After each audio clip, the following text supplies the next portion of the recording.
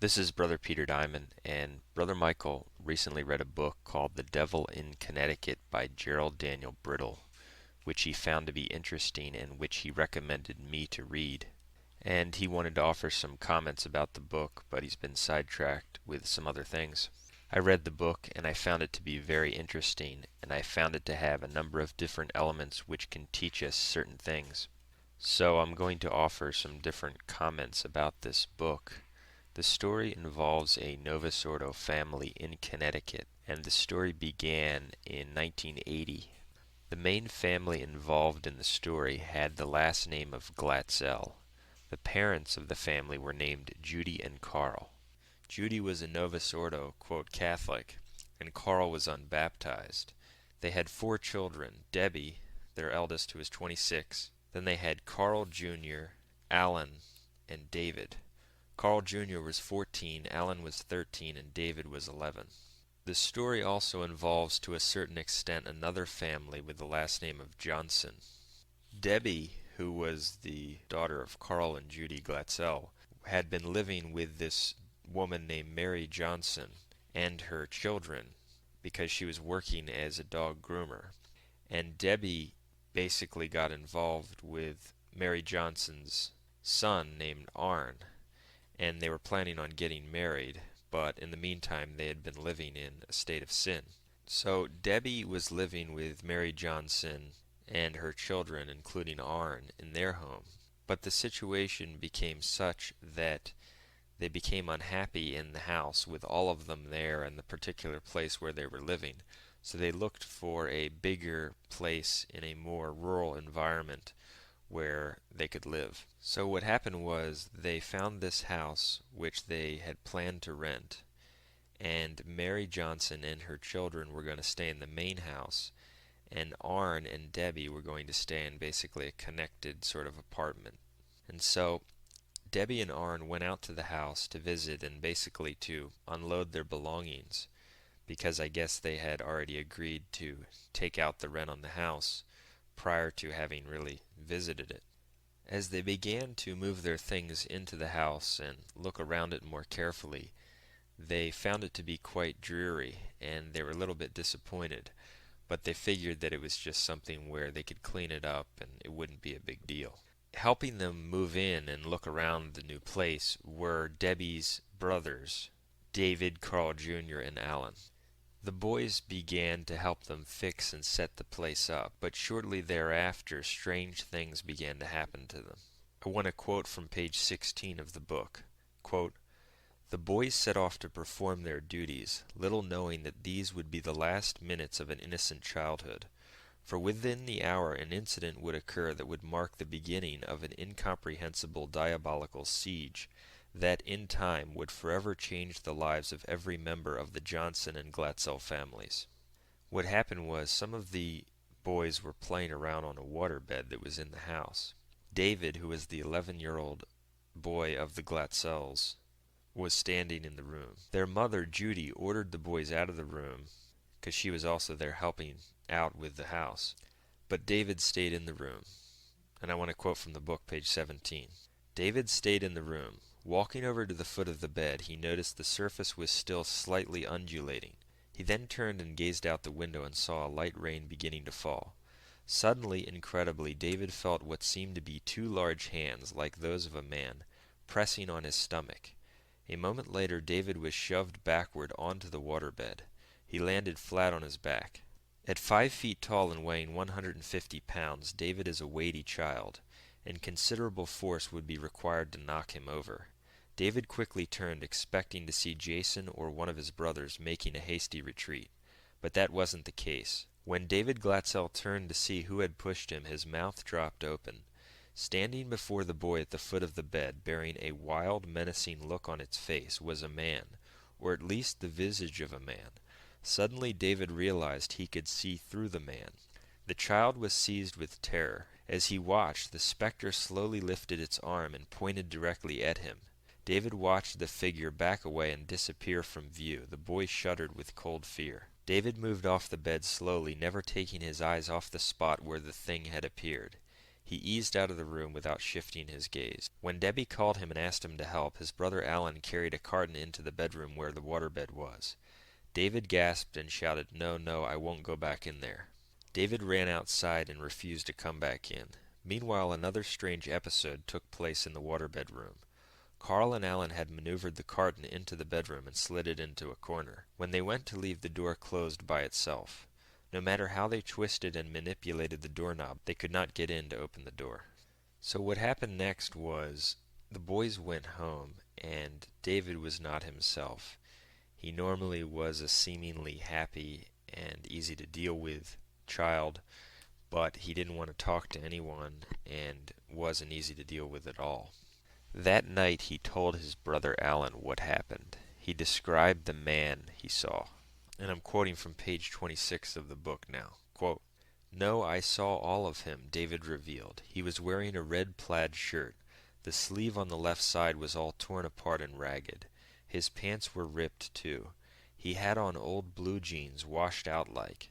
He also felt compelled to tell his parents about what he had seen, and the most startling fact of all, which was that he claimed to be able to see inside of that house where he had originally seen this man and where Debbie and Arn and the Johnsons were going to move right now." I quote from page 27 of the book. "Oh yeah, Mom, that's the rest of it," Alan announced. "David says he can see inside the house right now." "I can do more than that," David said ominously. "What are you talking about? What can you do?" Judy, his mother, demanded. David responded, "I didn't tell this part to Alan. The man told me not to tell anyone that he was there. He told me this before, just after I laid down in bed and closed my eyes." "Who told you this, the old man?" Judy asked. "He's not an old man anymore," David responded. "He changed when the sun went down. Now he's different. I can't see him too clear, but now his body is all red and his face is big and white with black eyes, and coming out of his forehead he grew horns." His mother, Judy, was struck with the impact of what David was saying. Nervous, Debbie took out a cigarette and picked up the lighter on the coffee table. When she flicked it, the flame roared all the way up to the ceiling.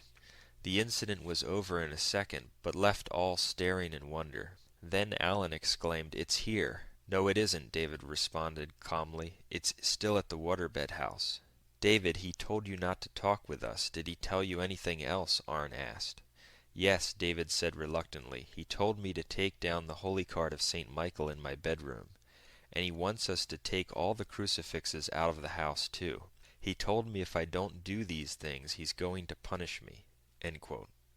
So basically what you have is, after this incident in this house where the Johnsons were planning to move, David is able to see inside of that house, and he's having communication with this thing which he saw. This thing which he saw originally appeared as an old man, but after sundown turned red and had horns, and is telling him not to tell any of the members of his family about what he has seen or heard, and it's also telling him to take down the crucifixes and the holy card of St. Michael. Now what's interesting about this is that we've had to counsel people over the years who claim to be hearing voices or seeing things, even appearances of demons, that they have to ignore them. For instance, there was one individual we knew who confided in us that he had been seeing demons, and he would listen to what they would say and he would focus in on what they were doing. The situation became such that he eventually began spending most of his days looking at what these demons were doing and listening to what they were saying, because the activity around him became that strong. And so we've always counseled people that if something like that occurs, if they hear something or see something, that they have to ignore it. The devil is completely powerless. He can do nothing that God doesn't allow. So the more attention one gives to it, the bigger the problem usually becomes. For instance, there was another individual from Maryland who called us, and he claimed that he didn't have any free will. We didn't know this individual at all, but he was looking for spiritual help. And he said that he had an external film on his body, which the devil put there, which is where the devil lives. And the devil doesn't let him do anything. And I said to him, well, how did you make the phone call to call us? And I said, well, if you don't have any free will, how are you able to call us now? And so I was kind of angry with him because he was giving too much credit to the devil. And I instructed him to simply ignore all these things which were happening to him and focus on simply being a good Catholic, believing in what the church has taught, living the life of grace, making a good confession, and ignoring all of these things and external phenomena which were occurring in his life. And I said that if he did that, they would go away and his problem would be solved. Well, unfortunately, he didn't listen, he didn't agree, and he said, you don't understand my problem, it's much bigger than that. And we even told him that people often, in their own pride, exaggerate the significance of their own problems, or want to make themselves believe that their problem is more complicated than the simple remedies that the Church offers, which first and foremost include being a good Catholic, living the life of grace, praying the rosary, doing your spiritual reading, avoiding the occasions of sin, etc. They don't want to hear those simple answers, so they say it's much bigger than that, and it requires much different means. And so we didn't hear from this individual for many months, probably over a year, until one night we received a call from his mother, who is not a Catholic, and she called us because this individual, told her to call us because he was undergoing absolute possession. He was screaming in the middle of the night, running up and down the steps, waking up the neighbors. She put it on speakerphone and he was screaming out all kinds of blasphemies. I could even hear him in the background say, and I'm quoting, yelling out, quote, Antichrist. And what's incredible is that he was yelling out the exact same thing, Antichrist, that the woman in the exorcism video on our website was saying in that exorcism. And so because he thought his problem was bigger than the simple remedies that the Church offers, and didn't simply ignore all of these external phenomena, his problem grew and exploded and ended in possession, and it was in large part due to his own bad will, we believe. And so I wanted to mention that now because we see the same thing beginning to occur in this story which we're talking about. Some external phenomena are occurring. This young boy named David, who's 11, is hearing these voices. It's telling him to do things. It's telling him to obey him.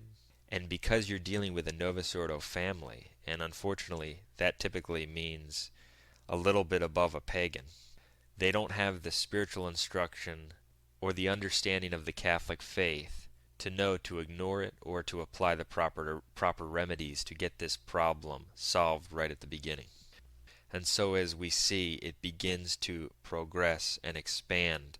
So returning back to the story, David continued to explain that he can basically see this man almost at all times, even when he shuts his eyes. He can see into the house where he originally encountered this man. The dog, which belonged to Debbie and Arn, okay, the two who were going to move in with the Johnsons into that house, was staying at the house overnight. And David explained how the dog was scratching at the door of the basement.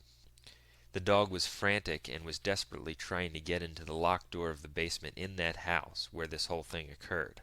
But the dog couldn't get in. And David said that this ghost man that he sees emanates from the basement of that house. Now Arn and Debbie, now remember Arn is the son of Mary Johnson, who was involved with Debbie Glatzel, and they were going to move into this house with Mary Johnson, were so frightened and upset by what had been occurring with David and what they'd been told that they had concluded that they will not move into this house. It's also interesting that as they were having this conversation where David is telling the rest of his family and Arn Johnson about what he has been seeing and hearing, he said that this ghost man told him not to tell Mary Johnson, who is Arn's mother, about what was going on. And David goes on to say, and this is from page 29, quote, "The ghost man says that Mary Johnson is not to know he exists. Mary is his, he says. He's been interfering in her affairs for a long time. and he says he's going to break her down. He wants her to do his work." End quote. As David continued to relate these things which the quote, ghost man would tell him, he would use words which he clearly never knew before, and he even repeated some of the messages which contained profanity, which caused his parents to rebuke him, and also to see that he was indeed hearing something. So when Arn and Debbie went back to this house the next day, they found that indeed their dog had had a traumatic experience. He had blood on his paw, his coat was matted and dirty, saliva had been caked around his mouth, he had wet himself. The animal had obviously had a rough evening. They found scratch marks on the door of the storage room, this basement room, just as David had said. Around that time, Mary Johnson pulled up with her daughters, ready to move into the house, and Arn and Debbie informed her about what had occurred, and an argument ensued because Mary did not believe them and was intent on moving into the house.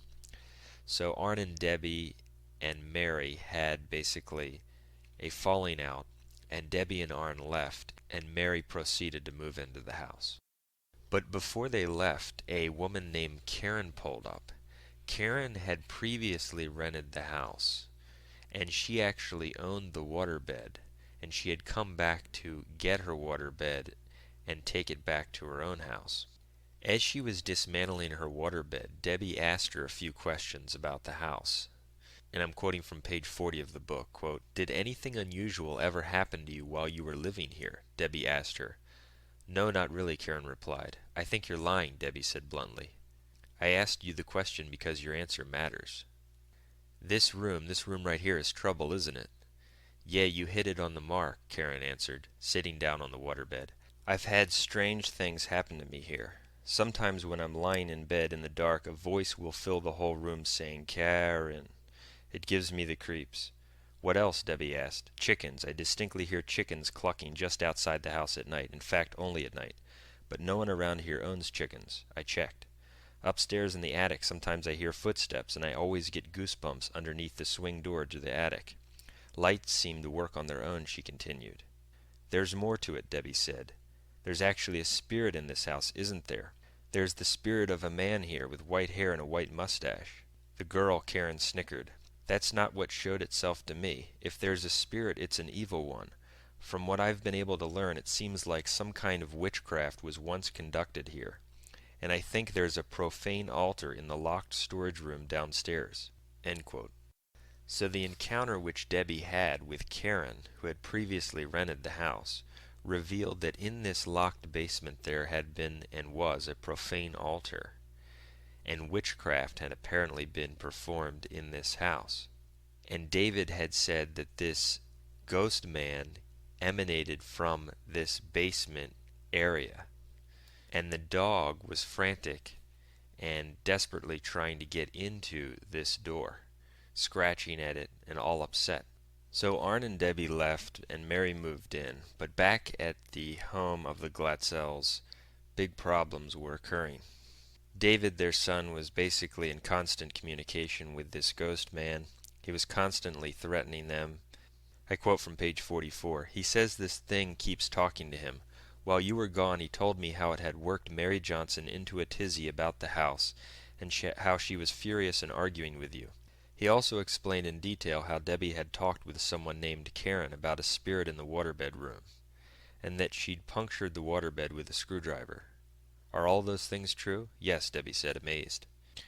So as David's communication with this ghost man continued, the preternatural phenomena which were occurring in the Glatzel home began to increase. They would see the rocking chair moving even though no one was sitting in it, as if someone were actually sitting in it. David would begin to be threatened by this ghost man for having told others of his existence.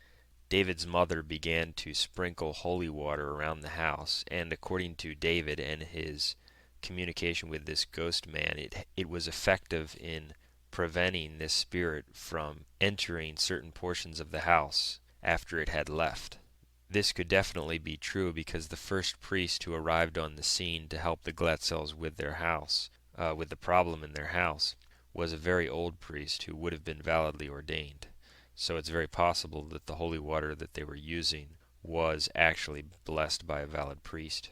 This ghost man actually caused a serious accident to David's sister, Debbie, so that her eye was seriously injured. And in lamenting this fact, she actually described this ghost man as a beast. And David said, quote, "the beast." So according to David and his communications with this thing was called the beast.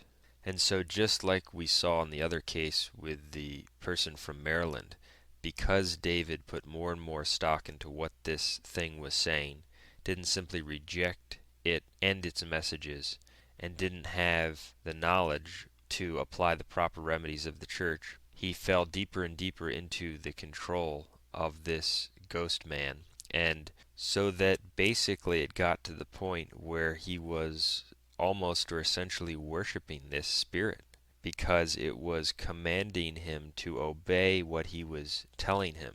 For instance, let me quote from page 54. David was discussing with his mother Judy some of these matters, and he said, quote, "I'm not supposed to talk about him," David replied, "or he's going to kill me," he said. "Well, I want to know, and I'm your mother. You're my son, and you have a right to talk to me." "I don't know, Mommy. I'm scared. The beast told me that he is now my father, and I'm only supposed to listen to him, and to say my prayers to him." David then went on to describe to his mother what this beast looked like, and this is interesting. Page 55 says, quote, "As for what he looks like, during the daytime he looks like an old man. He's got white hair and a mustache, and all the same clothes I told you about. Then at night he changes. He doesn't look like the old man anymore. I can't see him too clear, but his skin gets red all over. He's got a tail, and short horns come out of his forehead. I only see him kind of blurry that way, and he's never up close. When he's the old man, he says he hates my guts and is going to destroy me." Now this next part is interesting, and I quote it because so many people, frankly it seems to be the dominant problem today, are falling into mortal sins of impurity. Here's what David said the devil does.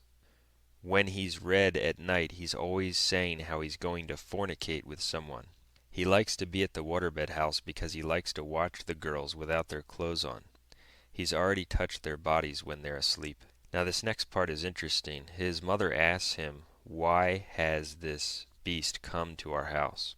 David responded by saying, "I asked him that, and he told me for two reasons. One was that he was going to retaliate against us for telling Mary Johnson he exists, but he also said that he's been here a lot longer than we know." I found that very interesting because it makes perfect sense. This was a Novus Ordo family. There's no indication at all in the book that they prayed the daily rosary or the rosary at all. The father is unbaptized. One of the boys didn't even go to the Novus Ordo, quote, Mass. The daughter is living in mortal sin with the young man, and so they're extremely far away from traditional Catholic faith and morality. And so of course the devil has already been in their home. David's mother then asked him why the beast picked on him. And David responded, quote, "The beast just said he wants a soul and he doesn't care whose it is. He said he's going to get a soul even if he has to take it." David's mother then asked him if he has been reading his catechism. And David responded by saying, quote, "He says he's more powerful than Jesus and that he's in charge of the world." "Oh no." And then David pulled back in his chair and stared with fright at something in the center of the room. "I didn't mean to. She told me to talk. No, don't hit me." Suddenly Judy, his mother, heard the sound of a loud slap. David's head spun to the side and a red mark appeared on his cheek. The event was incredible. So because David was listening to and obeying in a certain way this demonic spirit, God allowed the demonic spirit to have even more power over him, so that it was actually physically assaulting him. And I remind those who may be listening that this is a true story, and that the author of this book, Gerald Daniel Brittle, while I don't agree with everything he says in the book, certainly don't, he does an incredible job of weaving facts together and presenting this story in a very interesting way. At the same time, the phenomena in their home really began to increase. Scratching noises were heard on the walls. Sounds were heard by everyone, but other things were only heard by a few of them. It's very interesting that the author mentions on page 56 of this book that Carl Sr., who is David's father, and Carl Jr., quote, seemed to be spared the experience, save for the pounding noises. I find that very interesting because Carl Sr. was unbaptized and never even went to the Novus Ordo Church and didn't believe basically in anything. And Carl Jr. was the only one of Judy's boys who did not really practice any semblance of Catholicism. He took after his father, Carl. And so that's interesting because being total unbelievers, the devil didn't want to alert them to the reality of the supernatural world any more than he had to. So this thing continued to harass David horribly, threaten him, talk to him incessantly. He couldn't sleep. This caused David to say things like, quote, "What do you want me to give to you?" And there's an interesting dialogue here on pages 57 and 58. This demon responds, "Don't ask me questions, you scum, just answer. Now will you give me what I want? If you just say yes, I will always give you whatever you want, and you will never see me again. Is that not fair? Is that not what you want?" "Yes, I mean no. I don't know what you want," David responded. This beast responded, quote, "I want something you never use, something you don't know you have, something you will never miss. If you tell me no, I will never leave. You will always see me, and I will bring others with me, more hideous ones than you could ever think of. We will plague and torment you always. Will you now say yes?" "I want your soul, David. Tell me yes and give it to me." Thankfully, David rejected the devil, and the devil responded by appearing in a more bizarre and powerful way. It's described on page 59, quote, "What David saw was not the old man, which stood before him vivid and well defined, slightly larger than a man, was distinctly a creature of diabolical order. It had scaly, light red skin and wore no clothes. It had a human male torso and stood on cloven feet. There were an odd number of clawed fingers on its hand. The thing had a tail." But it was to the face that David's attention was drawn. It was all white, with deep black eyes that looked like tunnels. The eye sockets were ringed with darkness. Horns protruded from the high forehead. It had pointed ears close to its bald head. The mouth was surrounded by a goatee and a drooping black mustache. The preternatural being stared at David in rage. In the distance behind it, David vaguely saw two others. Now, what's interesting is that one would think that with all of these things happening, especially since many in this family claimed to be Catholics and even attended the Novus Ordo Church regularly, that they would immediately consult a priest about this problem. But no, they hesitated, they looked for other remedies, and I think that just speaks to how far from real Catholicism people in the Novus Ordo generally are. Another point that's interesting is that amidst all of this conversation between David and this demon, someone recommended that David say that Jesus is Lord, and the Lord will protect me. David did say these words, "Jesus is Lord, and the Lord will protect me," as recorded on page 80. The next word out of his mouth was help. David Glatzel found himself lying helplessly on his back, his legs kicking, his body squirming, his tongue hanging out. He was actually in the throes of being choked. Out of nowhere, David was engaged in a struggle for his life as he desperately tried to pull two unseen hands away from his throat. Then, before anything could be done to help him, the attack was over. David lay flat on his back, panting and coughing. Visible on his neck were unmistakable impressions of fingers. David was not attacked again that night. Now I find this very interesting because when the person recommended David to say, "Jesus is Lord and the Lord will protect me," David was correctly putting his trust and faith in Christ. And so he was immediately attacked by the devil to try to dissuade him from doing anything like that in the future. But the attack ended shortly, and he wasn't again attacked the entire evening, even though in evenings past he had been harassed for many, many hours. So in my opinion, that probably was a little test from God. that for correctly putting his trust in God and not focusing on what the devil was saying or doing, he was going to be quickly attacked once that day, but the rest of the evening he couldn't be harmed. I believe that if he had continued to focus on putting his faith in Christ and ignoring the devil, then the devil's influence and power would have become weaker and weaker. But as a sort of test, because he had put his trust in the devil and his confidence in what the devil had been saying, God allowed the devil to give him that one attack. But the rest of the evening he was not harmed. And so he was getting a message there of the true way to solve his problem, but he was also getting a test to see if he would utilize the proper remedies and place his faith in God alone. Now, the first priest who did arrive when the Glatzels finally decided to call the Novus Ordo priest was an older, validly ordained Novus Ordo priest. He even gave some blessings in Latin. That seemed to have a temporary effect, but you could see even with him that there wasn't a readiness to really believe that these things were occurring, or at least a willingness to be aggressive in taking spiritual remedies to expel these entities.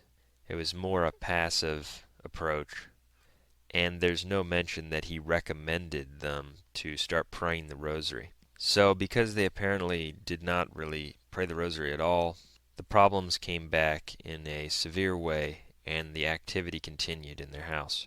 The priest was called again and recognized that steps toward exorcism probably should be taken, but he said that he wasn't the proper man for the job.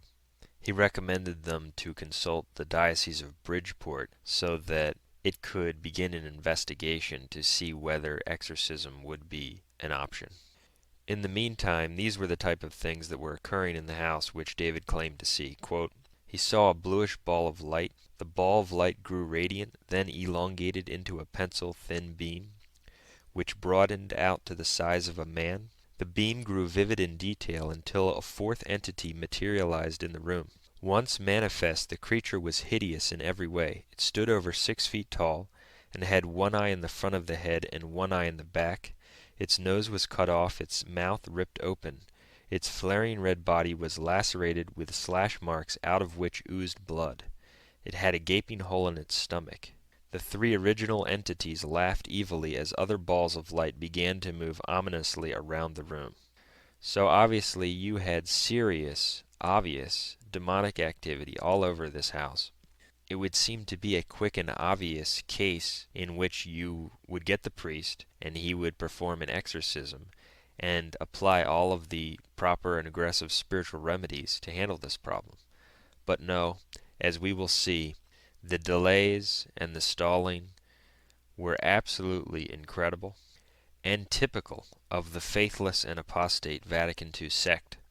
Eventually the family consulted some individuals who have a profession in the study of demonology. They went over and investigated and saw all of this activity. And during one of their interviews, Ed, one of these demonologists, asked David what the name of this demonic spirit is. David said, quote, his name is Satan. Everyone there then began to hear knockings on the table. In the course of these interviews, it was also discovered that some of the members of the family had played with a Ouija board. So obviously, having practiced the occult in this way was a major reason that they were having these problems. And some of those who had played with the Ouija board included Debbie and Judy, who went to the Novus Ordo church regularly. The old priest, Father Dennis, who was going to possibly help them, but was not at this point in good enough shape to do it, went out of the country on vacation, and 2 other priests were assigned to help them. To give you an example of how faithless these Novus Ordo priests typically are and were, even back then, around 1980, this is from page 141 of the book. Father Grosso, who was one of the priests who was involved in the case now, was skeptical about possession and exorcism and all the nonsense about the devil and his naughty doings. I grew up in an Italian family, and I've heard of every superstition there exists about devils, demons, and hell," Father Grosso told the Warrens, who were also helping with the case. "And none of it has ever been proven to me. People have no more truck with devils than they do with angels. They don't exist on the earthly plane. Never as a priest, never as a person have I ever witnessed one thing that could even remotely be called preternatural phenomena." So such a statement not only rejects the Gospels, church tradition, church practice, the lives of the saints, etc., but these are the type of priests in the Novus Ordo. By the end of the case, their view had drastically changed. Here's another interesting quote from page 142, which illustrates exactly what was going on in their house. Quote, "What may have been only theory to the priests was a painful reality for the Glatzels. Although it is said that anonymity is the devil's best protection, what had invaded the Glatzel home now seemed to have lost interest in concealing its presence. Extreme cold was felt wherever the beast was present. A dark form moved at will through the house after sunset, and globes of light in crude spirit forms were now being picked up on Polaroid snapshots. On some days you would have 24 hours disturbance. You would have occasionally things move in the house, even though no one had touched them or picked them up or put them in motion at all. David would go through episodes of being beaten and struck and choked by this demon. People would be touched and physically contacted by this demon. As David began to give in more and more to the devil, you could see the transformation in him from someone who was in communication with this evil spirit and seeing what he was doing to someone who was possessed. This is from page 164 and 166 of the book. "The little boy which the family knew as their giggly, charming teddy bear, who had a passion for dirt piles and told them elephant jokes, was no longer there. What sat there only barely resembled David. His whole face had physically changed. His head was bloated, his cheekbones were set higher, his nose, once slender, was pushed in and wide, with the nostrils pointing upward like a pig's. His lips were swollen, and foamy saliva surrounded his mouth and ran down his chin.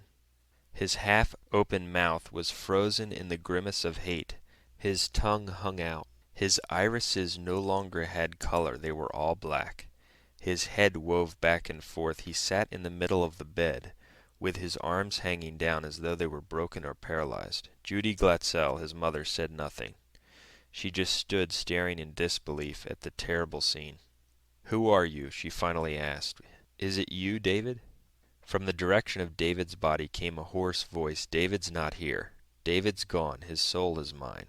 Judy screamed hysterically. David then began to call his mother filthy names, and he even tried to kill her. So while all of this was occurring, they had contacted the diocese to try to get the process started so that an exorcism could be done. But they stalled. They received no help, no response. On page 178 we read, quote, "Finally matters grew so bad and the pressure became so intense that on August 8th, Fathers Grosso and Milia went directly to Bishop Curtis and requested that exorcism procedures be considered. Fortunately, word came down a few days later to start assembling paperwork and to advise the family of the steps they'd have to take in order for major exorcism to be conducted." So this is how ridiculous, absurd, and evil the Vatican II sect is. This kind of thing is happening in their home, and they won't even begin the process to consider a major exorcism unless the priests go down and basically beg them to begin the process. And that's just to begin the process after they've already essentially begged the diocese for help. We saw a similar thing in the other book we talked about concerning the exorcism of Annalise Michel. Involved in trying to help David overcome his problem was this Arne Johnson, who, as we said before, was involved with Debbie, David's sister. Arne was a Protestant and therefore also not fully instructed in the Catholic faith. And he said very dumb things such as he would tell the devil to come out of David and to come into him. Eventually, sadly, this person wound up being involved in a murder and was found guilty of murder, and he actually tried to enter a plea of not guilty by reason of demonic possession. Now, I want to quote some more from the account of what was going on in their home, just to show how extraordinary this was. Obviously, this type of extraordinary activity occurred because they had directly let the devil into their lives by getting involved with the occult. But this is from pages 189 and 190. Quote, under possession, David could simply stare at an object and cause it to careen across the room. A pen, a cigarette lighter, a toy truck all became lethal weapons in the proximity of the possessed child. We all got hit a number of times until it became necessary to gather up small objects and put them in drawers. David would say shameful, depraved, and impure things, all the while repeating vulgarities in a deep man's voice. This beast thing was a sickening, lusting pervert. It spoke about sexual degradations most adults never even heard of. Sin and vice and lust and death and hatred of God is all it ever talked about once it got going. So after weeks and weeks of this kind of thing, the apostate diocese finally relented and allowed a form of exorcism for David. But what's incredible is that the Novus Ordo bishop had refused permission for the Roman ritual, so that a form of exorcism could be performed, but using a different liturgy or rite, not the Roman ritual, not the full exorcism ritual. I mean, what more does one have to say about the Vatican II sect and its apostate bishops? So the book goes on to cover how lengthy exorcisms occurred, during which all kinds of horrible things occurred, proving further that David was indeed possessed. But his problem was not solved. He did not seem to be freed. And in the intervening period, this murder occurred, which the book explains and covers. The book ends by covering how David and his family consulted some different kinds of priests from Canada who apparently seemed to at least put a stop to the major problem. Although they seem to be involved with the charismatic movement, which we certainly do not believe is of God. So who knows whether this really put a stop to his problem. But I think that this story teaches us a lot about a number of things. It reminds us of the spiritual warfare in which we're all engaged. It reminds us how horrible things can become for those who give in to the devil, either by directly opening their souls to him through practicing the occult, or by committing mortal sins which make them vulnerable to the devil's spiritual kingdom. It reminds us how the devil feasts on sins of impurity, sins of lust. It really confirms how those who put more stock into what the devil can do than what God can do are turned over to a more merciless cruelty by God allowing them to become essentially the property of the devil, and he gives the devil more power over those people. It reminds us of how traditional Catholic remedies, the traditional Catholic faith, is the only thing which can combat the devil, and how the few remnants of that faith which are left in the Novus Ordo were the only things which were of any aid to them. It shows us again how the Vatican II sect and its apostate hierarchy are extremely slow to even believe that such things are occurring, let alone to offer any substantial help to overcome them. And it shows us how the typical Novus Ordo family is devoid of any real knowledge of how to practice the Catholic faith, or to separate from those things which they need to be separate from to be out of mortal sin. So for those reasons, I found this book to be very interesting, despite some of the things I definitely do not agree with in it. And I thought that others could get a lot out of it as well.